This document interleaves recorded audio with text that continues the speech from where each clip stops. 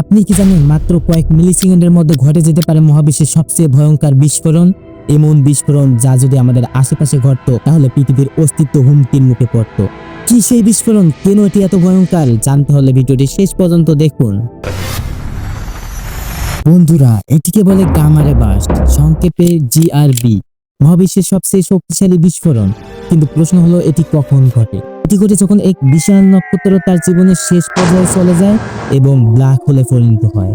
কিন্তু সাধারণ black hole তৈরির মত নয়, তার সাথে হয় এক মহাজাগতিক বিস্ফোরণ যা কয়েক সেকেন্ডের জন্য পুরো মহাবিশ্বকে আলোকিত করে তুলতে পারে। বিজ্ঞানীরা সম্প্রতি 1700 কোটি আলোকবর্ষ দূরে এমনই এক বিস্ফোরণের সন্ধান পেয়েছেন যা ছিল ইতিহাসের সবচেয়ে শক্তিশালী জিআরবি। এতটাই শক্তিশালী যে এটি আমাদের গ্যালাক্সির সব নক্ষত্রের মিলিত শক্তির থেকেও বেশি শক্তি ছড়িয়েছিল ওই বিস্ফোরণে। কিন্তু প্রশ্ন হলো, যদি এমন একটি বিস্ফোরণ আমাদের গ্যালাক্সিতে ঘটতো তাহলে কি হতো? পৃথিবীতে কি প্রাণ টিকে রাখা সম্ভব হতো?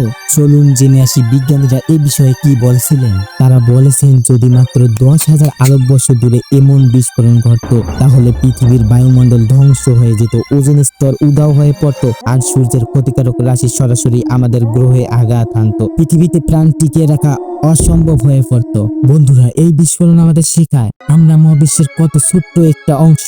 প্রতিদিন মহাবিশ্বে ঘটে যাচ্ছে এমন হাজারো রহস্যময় ঘটনা। আপনি যদি মহাবিশ্বের এমন আরো অবিশ্বাস্য তথ্য জানতে চান তাহলে আমাদের চ্যানেলটি সাবস্ক্রাইব করুন এবং শেয়ার করুন এই ভিডিওটি।